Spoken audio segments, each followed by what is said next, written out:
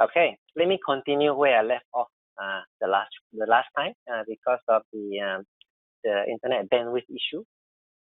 I was trying to share the key drivers to why we still have tariff. We talk about two questions that we would like to address in this sharing. The first is, why do we still have tariff? The tariff here refers to import tariff. Yeah? So why do we still have import tariffs here in Malaysia? Why do we still impose certain categories of goods with non-zero tariff that resulted in our plunge in the ranking in the world competitiveness compared to other economies? So what it means is that other economies, they still have pretty low or even none tariff rates on their goods, most categories of their goods. So this one of the first things that we talk about was the protectionism. Yeah, so this is a very real mindset, not just on individual, but as a nation, especially the ruler of the nation, the decider, whether we still need to have tariff. Protectionism is a mindset. It's a mindset you can see even as current as today, how the U.S. Is declaring a trade war between China as well as other countries nearby, okay? Because of this protectionism, because they want to protect their domestic market and their domestic industry, right? So one of the first things we talk about is the infant industry. Right? So that was covered before the termination of the last session. The infant industry needs to be protected because they just start to emerge in the industry, especially those producers of goods. If they are not protected, they may be threatened by cheaper goods from other nations. We probably don't just compare, the price, but it may be the comparative advantage of the other nations towards a certain kind of goods category. They may be able to produce much better goods in a more efficient way with cheaper labor, more effective product in terms of how it's used by users. All these comparative advantage will cause harms to infant industry in a local market if we don't protect them, right? So if you look into the producer, it needs to be protected in terms of producing local goods so that they can again, have an economic advantage to selling goods locally. There's a term we call producer surplus. Producer surplus is the difference between the price of the goods that is sold in the market, right, in the local market, and the cost that the producer is willing to keep. That means the economic cost of the goods, right? So if the producer is willing to have the goods at the cost of, let's say, 10 ringgit, but the market selling price is 20 ringgit, and there will be a surplus. Right? So this surplus is important because it links to the profit. It links to the economic profit. When we talk about the opportunity cost. So when you look into indicator like GDP, the producer surplus is also being considered. Because this is a measure of demand and supply. Whether you have surplus in how much we sell. Right? So there's a producer gain. Right? So in economics, we normally look into who gains and who lose, right? In trading, right? So if we don't have protectionism, the producer surplus may not be there, right? So we may have a loss of the producer surplus. So if we don't protect our producer, meaning we let the incoming goods from other nations to sell at a cheaper price here in the local market. Then you can see the difference between the market selling price and the economic cost of the producer's goods. There won't be a surplus. because the market selling price is much lower right now. All right. The consumer, if we can protect, with imposing certain import tariffs, it means we can control the local market selling price, right? So assuming the producers' goods are all being sold in the market over here, right? So assuming we consume all the goods that we produce, we can still have viability in creating jobs for local people, right? So in that case, if we protect the local market by not allowing external goods to come to sell at a cheaper price, we can still keep the employment market locally, right? So there's another term that's called consumer supply. Consumer supply refers to the difference between the price that the consumer is willing to pay, right, versus the actual selling price, right, that the consumer paid. So let's say, for example, the consumer is willing to pay for a goods which is about maybe 10 ringgit selling price, but the consumer is willing to pay for it like 15 ringgit. Okay? So there's a consumer supply. Yeah? So the producer supplies and consumer supplies, if we add them together, is a total supply.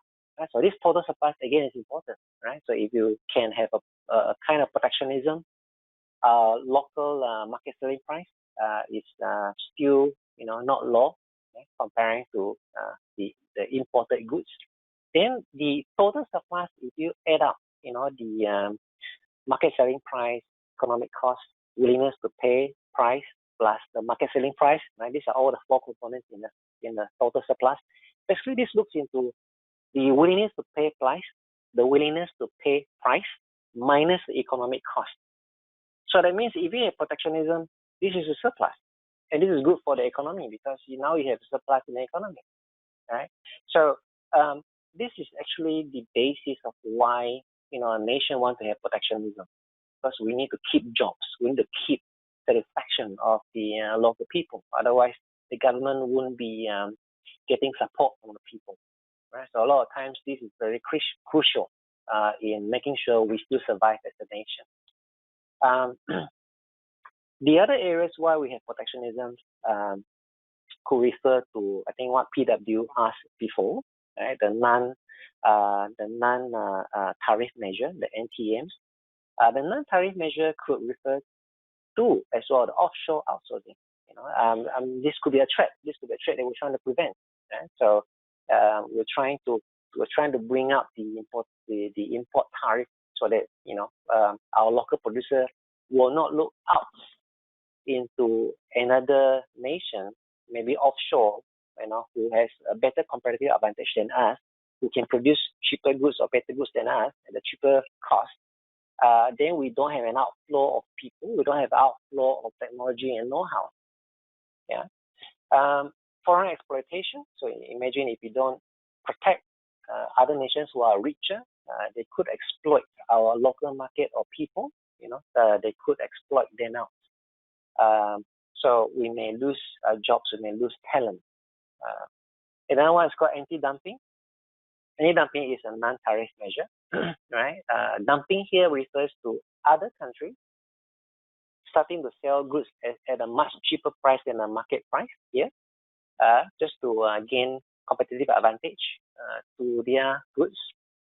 So this may happen in certain industries, right? So the WTO, one of the functions of WTO is to discourage, dumping. So if a country if it thinks that it experienced dumping, it can bring this issue up to WTO. WTO will provide a platform for the countries who are accused of conducting the dumping, right, to come and settle the issue. Right? So anti-dumping is a non-tariff measure that we impose to make sure that our industries are protected. If we don't do this, imagine what will happen if other countries start to sell goods at a much cheaper price over here, start to dump, all the goods here. We would end up with a lot of local produced goods not having demand anymore, right? So that would affect the local market selling price, right, over here. So if that happens, the total surplus will not be there, because the surplus, like for example, the producer surplus will be lost, if you do not have the protectionism. So this is what we want. So we believe as the price go up, the demand will go down. Yeah. So the effect, to summarize, the effect of import tariff, the price of goods will increase. This will affect the demand. Right? So assuming the goods still having demand in the country, and we still consume the goods that we produce, the purchases of goods will decrease, and because the price increase, the goods will decrease. This is the downside of import tariff. Right? So actually, this is experienced by the consumer. This is experienced by the consumer, because ultimately, even though the importer is paying for the import tariff, but they will transfer the price of the goods with the tariff plus the tax and duty to the consumer. Right? So the consumer will end up having to pay for a higher price than they should, compared to a local Batam, Malaysia goods. Of course, they will then have to decide between which is cheaper. Right? So assuming they make a decision or purchase based on the price of goods. Yeah? If you have import tariff, that means we are protected. The domestic production will still be there. The import will be decreased. We talk about the balance of trade. We would like to have more export. Yeah, we can have a surplus in the trade, so that we can have a more healthy GDP. Yeah. So if we do not protect, we may have an influx of high imports. The trade balance may be affected. Yeah. So the import tariff will allow the producer surplus to increase, which is good. Yeah. But it will cause the consumer surplus to decrease. So you can see, because of the price of goods increase, right, the demand may be decreased, right, because the consumer now has to pay more, right, to get the goods from the overseas, right. So actually, this, according to economics, is called social loss, right. So if you have a transfer of the loss in consumer surplus to the increase of producer's surplus, this loss could be called a social loss, right? Because now the producer surplus gain, right? Because now you have the import tariff increase, the producer surplus will increase. That means it's a gain. Producer will gain. But consumer surplus decrease, that means consumer will lose. Domestic consumers will lose. So these are the winners and the losers in the import tariff scenario. Now, if you can compare these two, winner and loser, right? Producer win, consumer lose. Who actually gains more?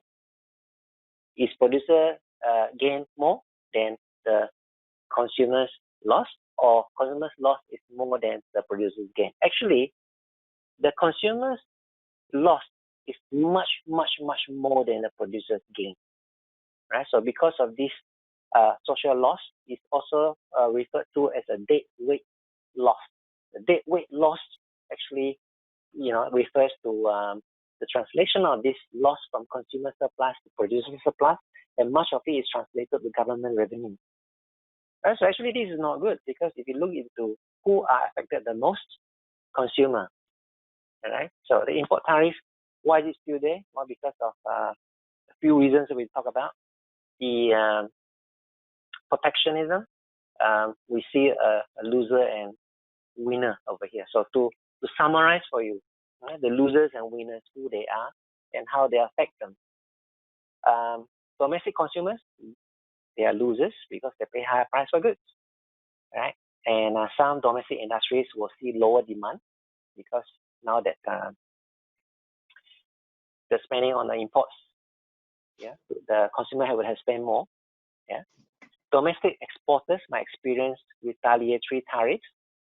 Right? So if you imagine, we impose import tariffs from Vietnam, for example. Well, Vietnam may do the same, right? May do the same to the goods that we export to Vietnam.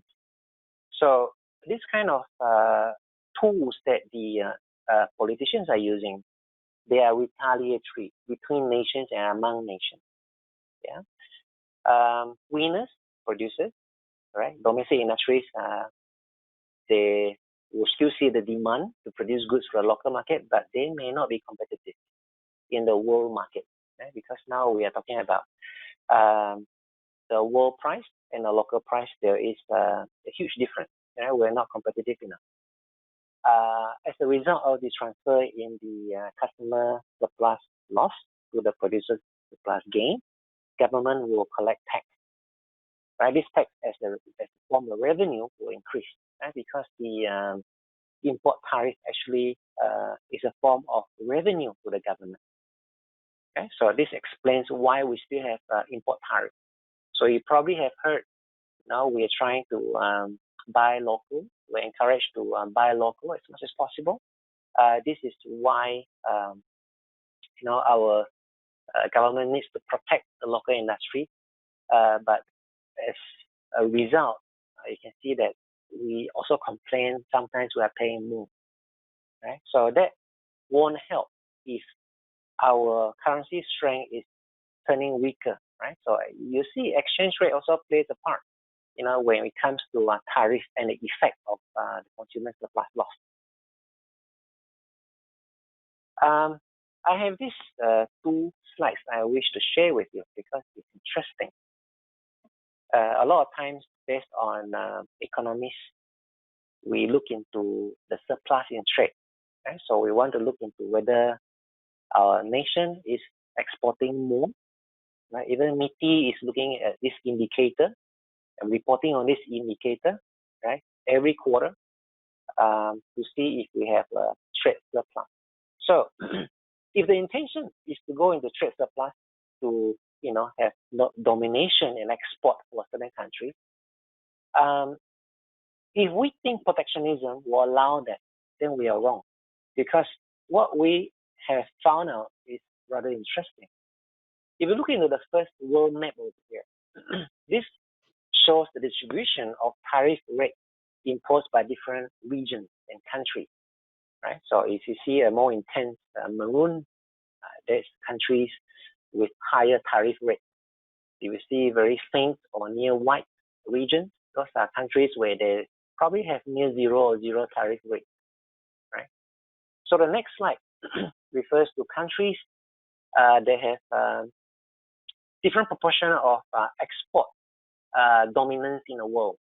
Right? So you can imagine a country with high export dominance as a percentage of total export in the world, the nation will have very intense maroon color. Right? So you can see in the legend over there, if you have a very intense maroon, it's more than, I don't know, I think my eyesight is failing. I think it's more than 10, more than 12%. Right? If it's very faint, it's very low percentage. It's less than 0.5%. Now, if we base on a hypothesis that the protectionism, right, having high tariff, will allow the nation to have high export dominance, then we should see the distribution of colors to be very similar between these two world maps. But let me toggle between these two world maps. You can decide for yourself. If protectionism, high tariff can associate with high export dominance in the world market, then the distribution of colors should be more or less the same. But are they the same?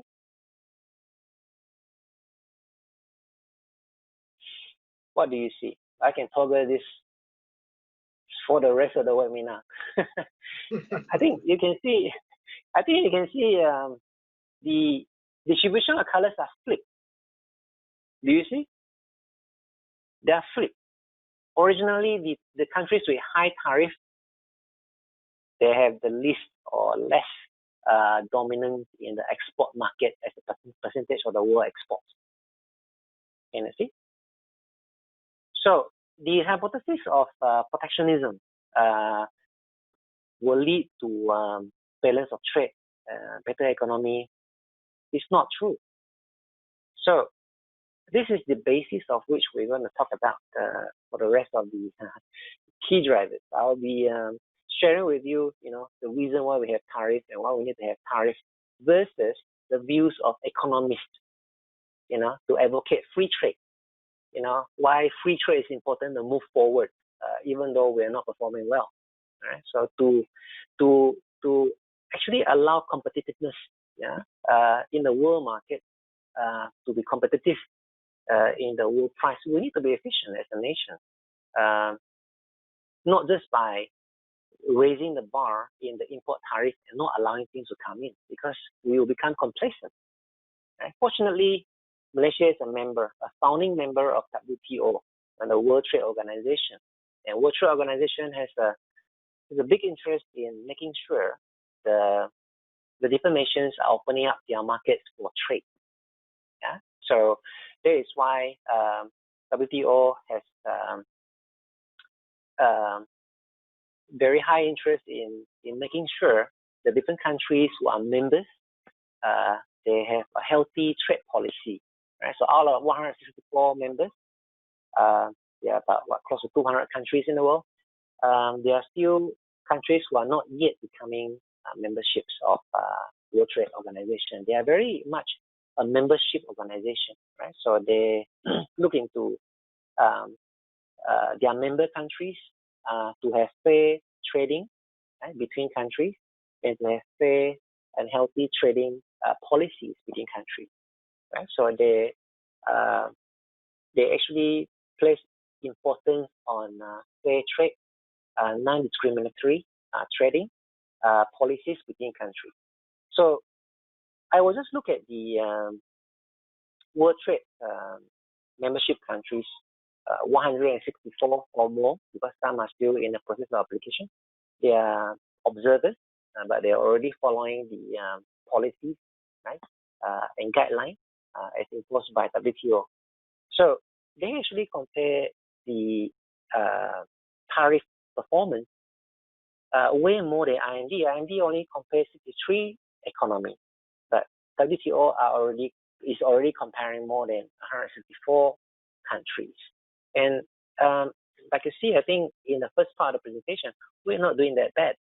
Right? Malaysia, if you look into IMD, we deteriorated in our ranking from 2019 to 2020. We are at 53rd position out of 53 economies. But in the WTO, based on the same year, 2016, based on the same year, Malaysia was ranked out of based on 152 countries, according to the published tariff profile. Malaysia was ranked 33, in the 152 countries. So to look into the performance of Malaysia import tariff, we're actually not doing that bad. It's just that possibly, the number of economies compared and the rate of reduction of the other countries in tariff maybe is faster than Malaysia. So because of different trade policies that the members are having, the rate of reduction will be different across different nations. Right? Some countries, they probably declare unilaterally that they're going to decrease a lot more than the other countries. Some may not be that fast. Right? So some may decide to place more focus in certain goods categories in raising their tariff and drop them, gradually along the years. Some countries may focus on other group of goods categories.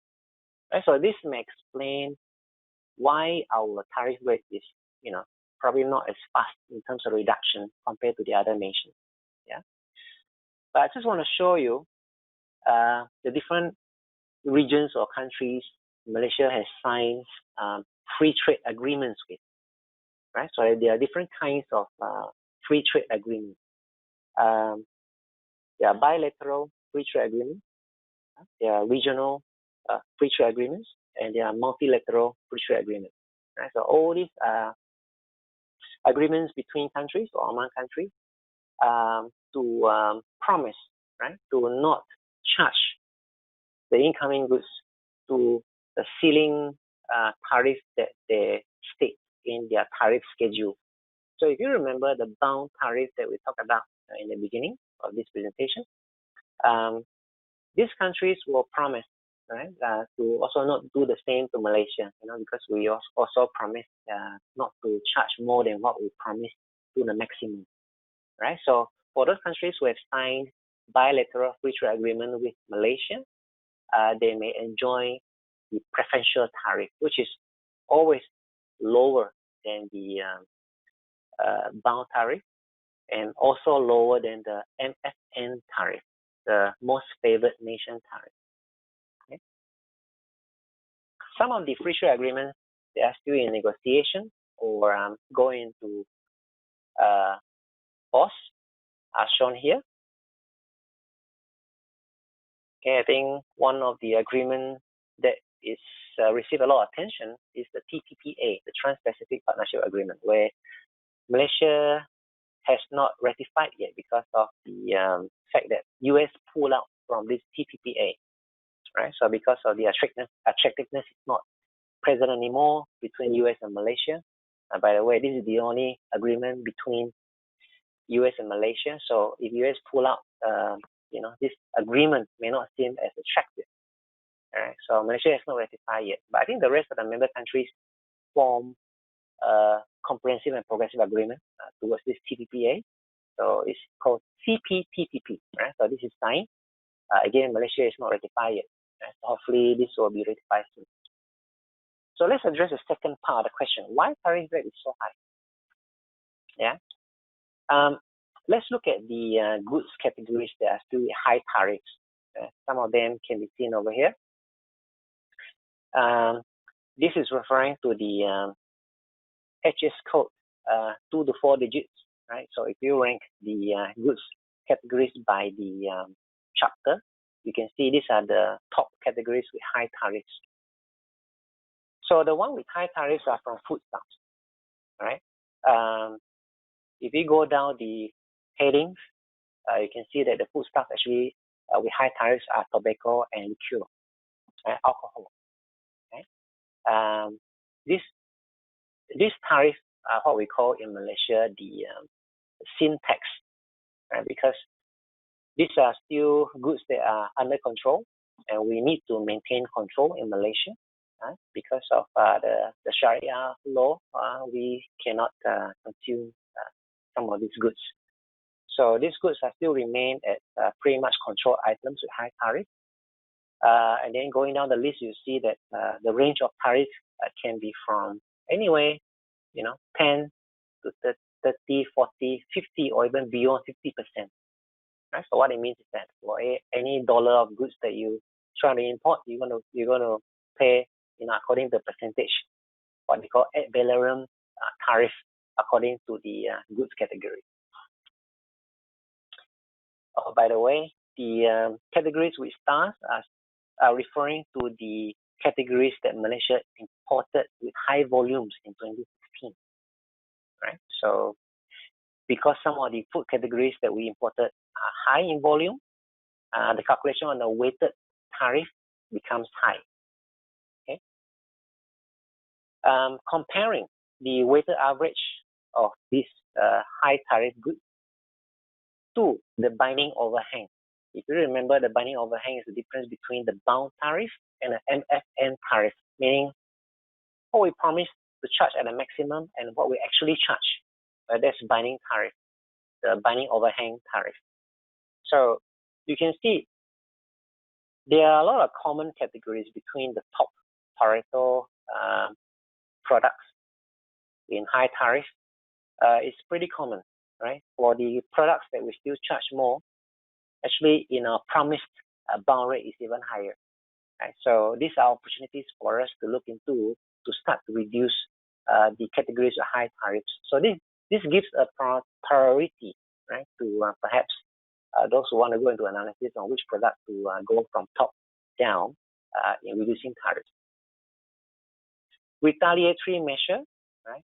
Talk about it just now. If a country is being treated this way, the other country will probably return the same behavior, right?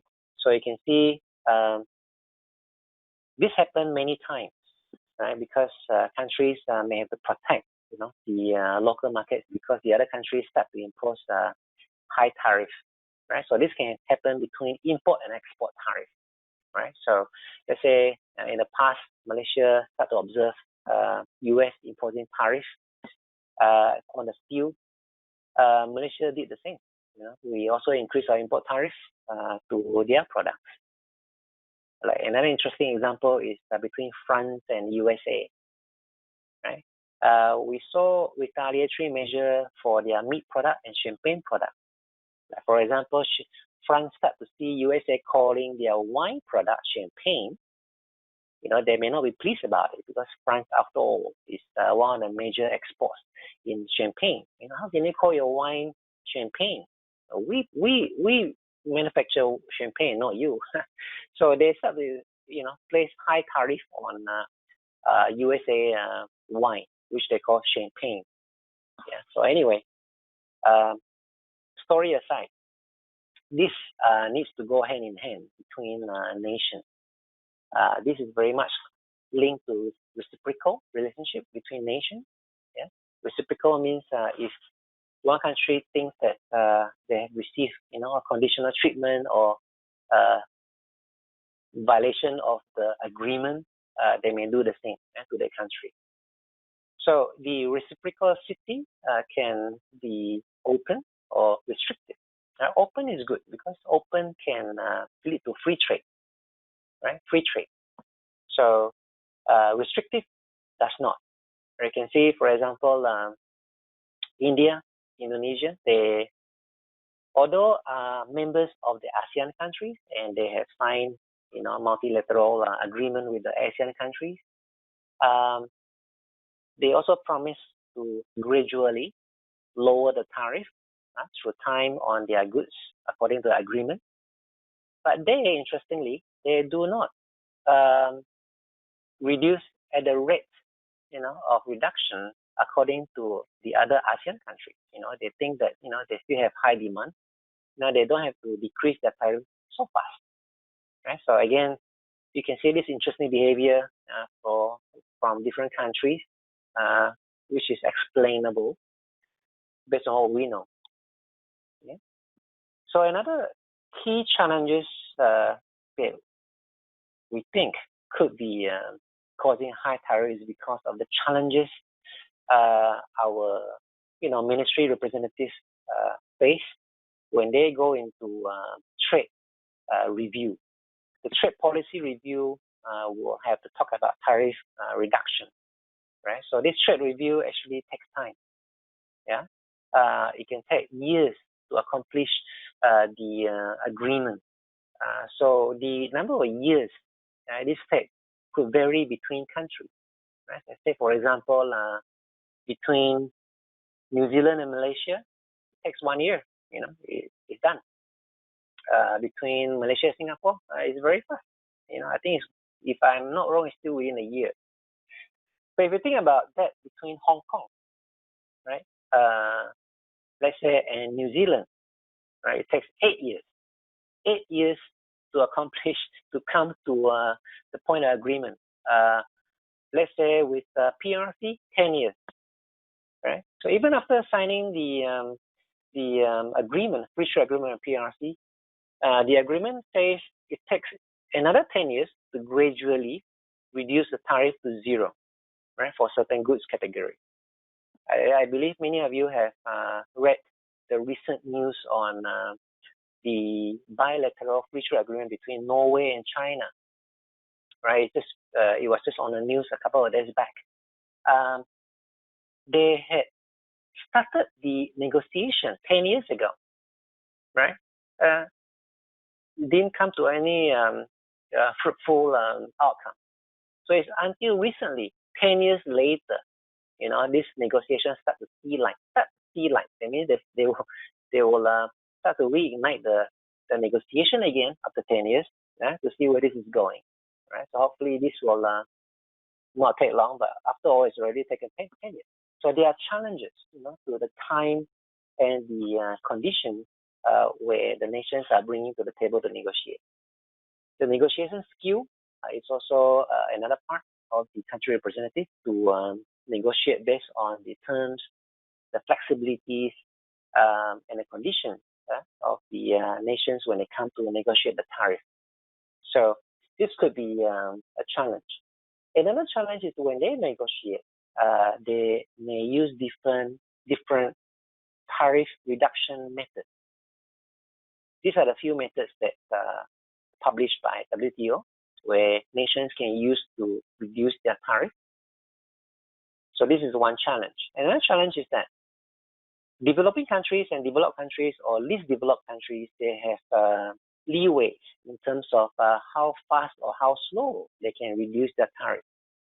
Right? There's a thing called coefficient they use, even after they have selected a certain method. Right?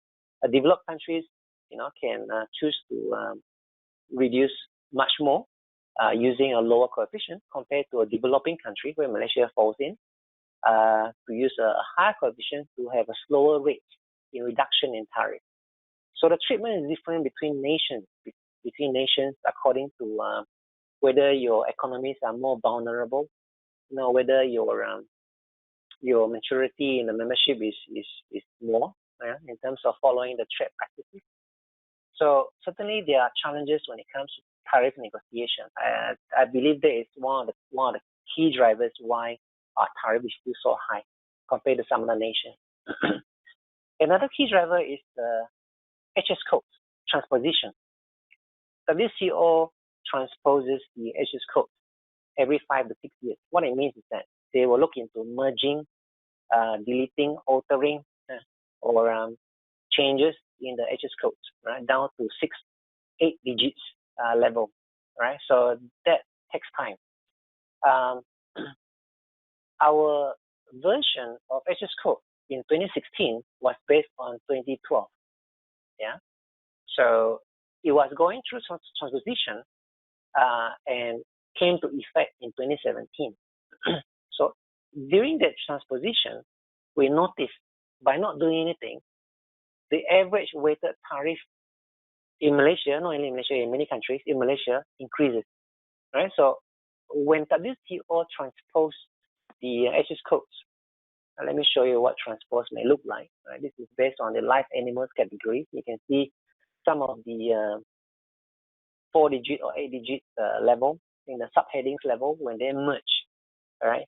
Or any other levels when they merge, the tariff may increase, right? So if you can imagine, let's say out of 100% of the HS line, let's say 70% are already at zero and 30% are still high, and then merge some of the lines for the non-zero tariff lines, the average tariff will go up, right? So this is already proven in the transposition that happened in 2017.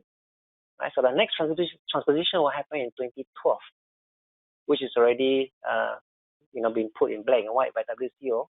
So we're going to see this tariff rate to increase again. Right? So in 2016 or 2017, when they merged, our average tariff went up from 5.6 to 7.5. Sorry, from 5.6 to 7%. Yeah. So it increases. Yeah.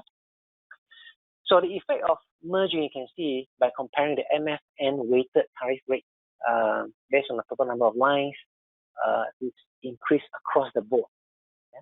So there's nothing we can do about this, but this is one of the real driver that causes it to increase. We talk about government revenue, right, as part of the dead weight loss from the transfer of the consumer surplus to the producer surplus gain. Right? So government treat the tariff as a form of revenue for our country.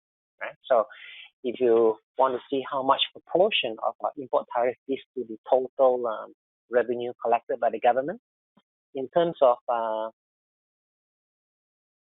ringgits, right? In 2016,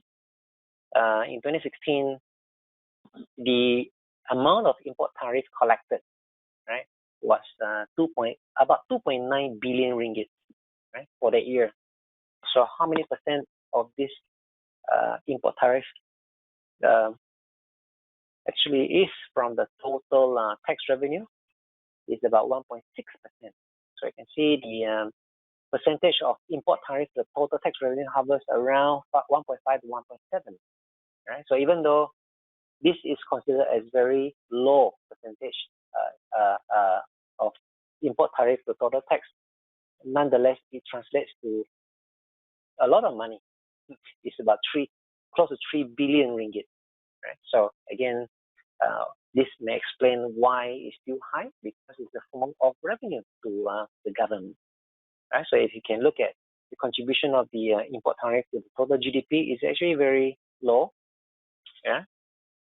Total tax revenue to GDP is about 12.5%, but the percentage of import tariff is only 0.2% to GDP. Right? So it's very low. So to contrast where Malaysia is compared to other countries, they are considered poor because poor countries are still using tariff as a major source of government income. Malaysia is here, right? So based on 2017 data, the income per capita for Malaysia based on US dollars is about $10,000 to $11,000, and we're still using tariff as a form of revenue. It's about 1.6%. It's around here. Yeah, so that explains why we're still having high tariff, because it's a form of government revenue. And according to the definition of the wealth level of countries, we are still considered poor. Even though I think by different definitions, we may be classified different. Another comparison we did was based on the late year. Right? So we noticed IMD used 2016 data from Malaysia trade record to compare against other economies. But there is a range of different year of trade data from other nations used in comparing. All right. So again, this may explain why the ranking is low, right? Because for different year of trade data, we may have different tax regimes from different countries. We may have a change in the practice of our trade system, even though we follow the general trade system, meaning that we treat, the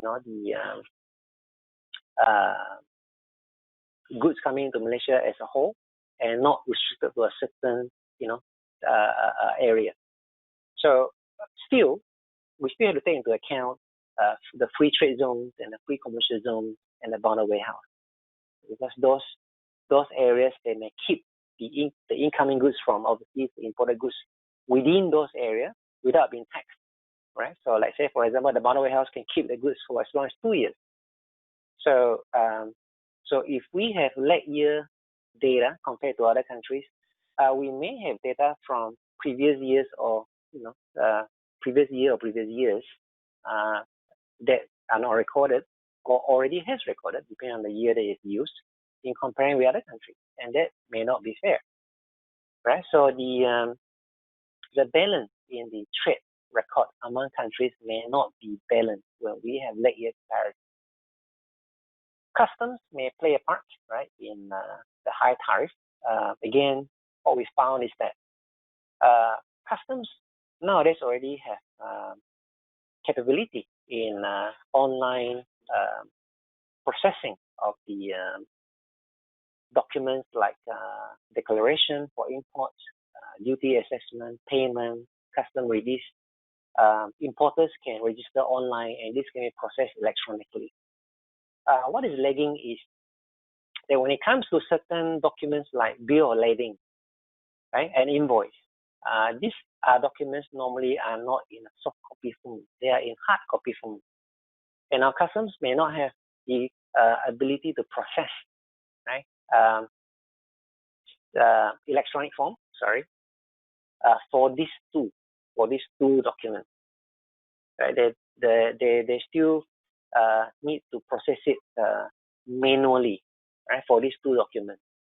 Right? So bill of lading normally comes from the exporting country. We transfer ownership for the goods, right, from the exporting countries to the freight.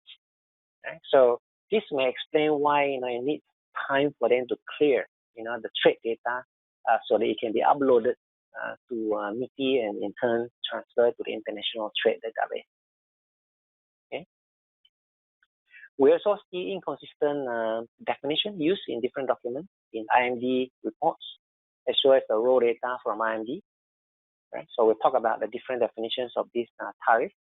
So again, we saw different numbers reported in different areas. Let's say, for example, the downloaded raw data reported import tariff for Malaysia 2016 is 5.82. But in a fact sheet as well as the full report, it's 4.02.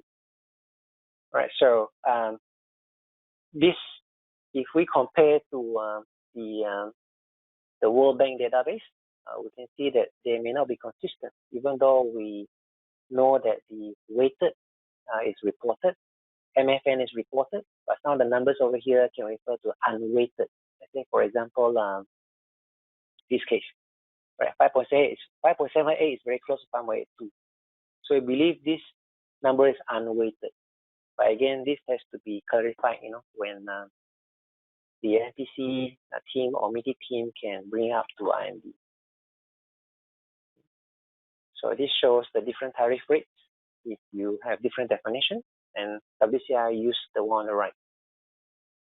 Right? So you can see the magnitude can be different. So what's going to happen to the tariff beyond 2016?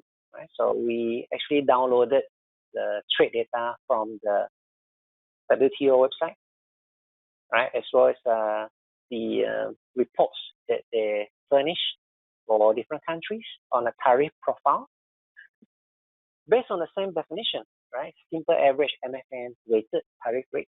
Malaysia actually has decreasing tariff rates from 2016.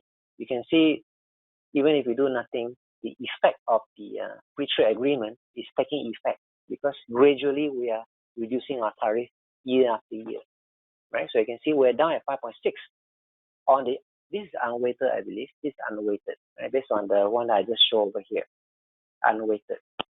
So even for unweighted tariff, we are dropping, right? So for weighted, I believe it's the same, right? So you can see there's a 0.2 difference, 0.22 difference, right? Comparing to 2016 data, 2019 data has dropped.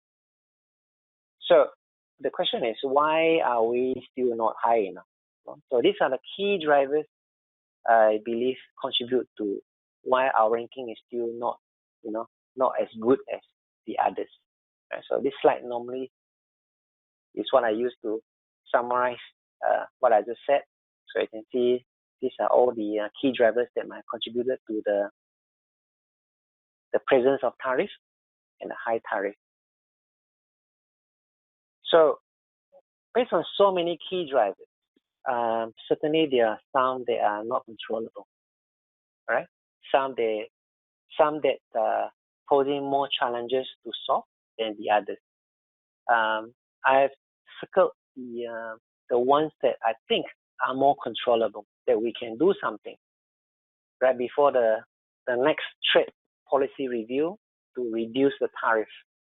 Right? For example, the custom efficiencies, right? Using the authorized operator to clear the online documents on the imports, plus the electronic processing for the bill of lading and the invoices, the transfer of data between customs and the free zones and the warehouse, and MITI, for example.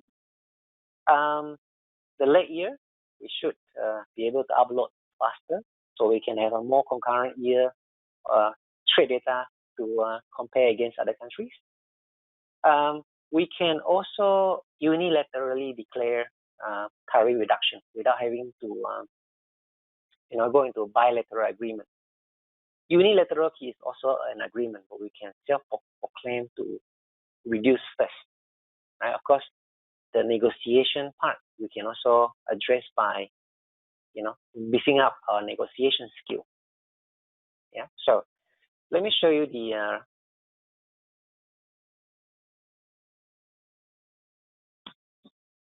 free trade agreements that are currently taking effect as we speak. Right? So these are some of the free trade agreements that we signed a few years ago, and it's still taking effect. Right? So you can see every year some of these tariff lines are having lower tariff rates, some are already having zero. Right? There are challenges in our tariff reduction. These are challenges that we probably cannot solve in the near term.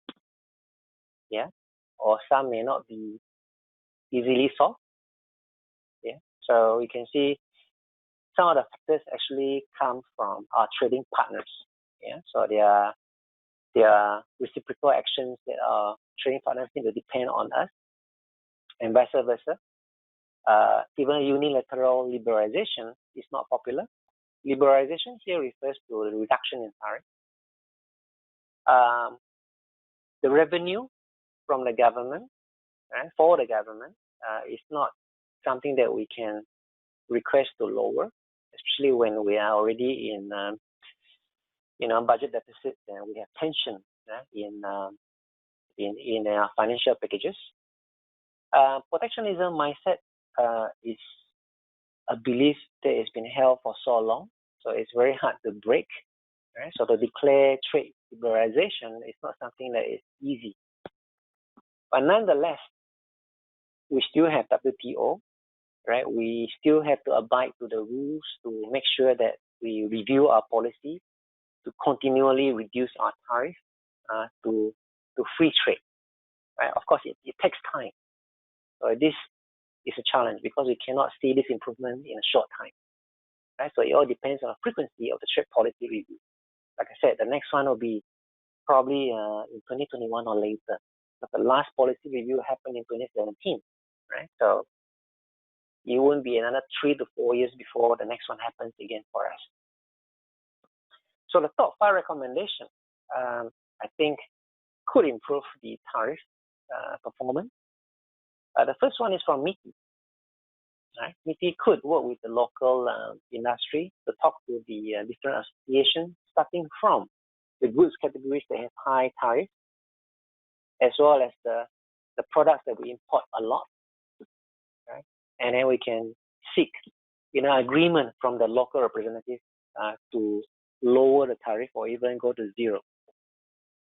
So our Ministry of Finance needs to approve this proposal. So I think there are a few parties we have to look into collaborating: MITI, local business groups, and Ministry of Finance. Yeah. So with this proposal, MITI can go into a few directions. One, can consider unilateral tariff reduction. Even though it's not something that's very common, we can start from there. Yeah. So this is based on the idea of reaching free trade sooner, right? Or we can save this until the next trade policy review, where at least we have a plan in line to know how low our tariff rate would be. The next one will be also for MITI, right? Because the representative for trade policy review is normally our Secretary General from MITI. So plus his team or her team. So the negotiation skill actually is something that they can consider beefing up. WTO is giving many negotiation skill trainings to country representatives to negotiate better, right? So this is something that we can consider improving in terms of how we negotiate with other countries. The next one is efficiency in the uploading of data, right?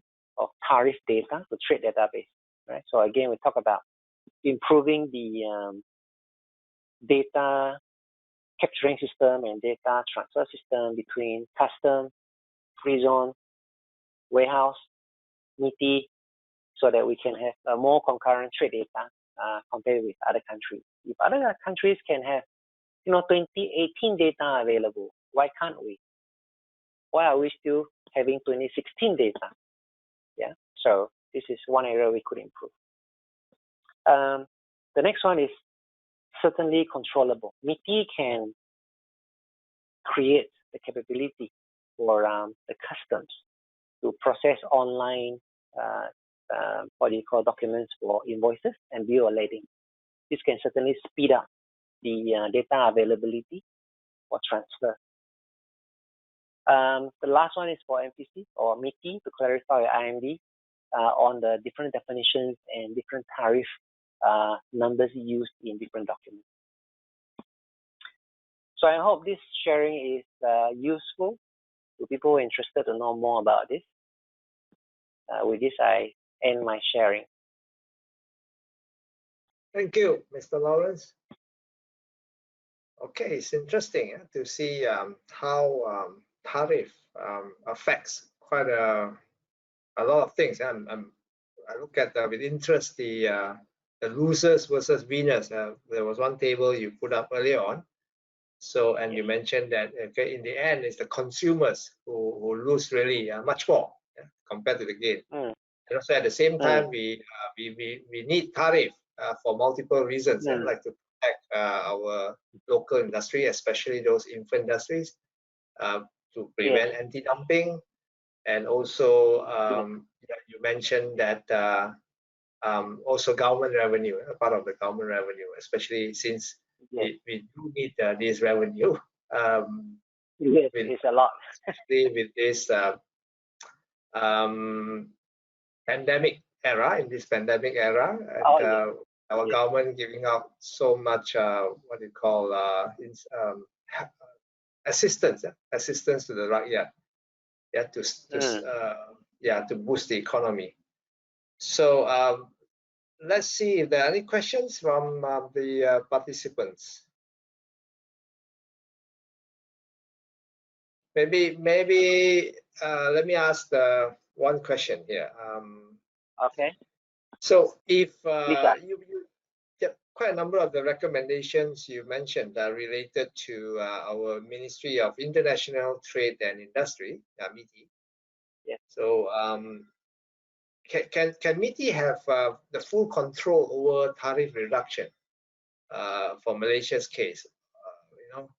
As a ministry, your view on that, please. From what I gather so far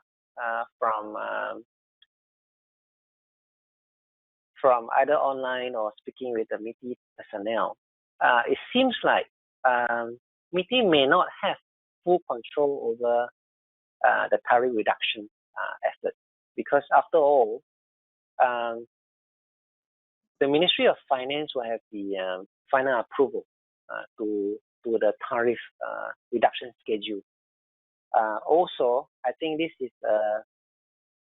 a balance between two forces.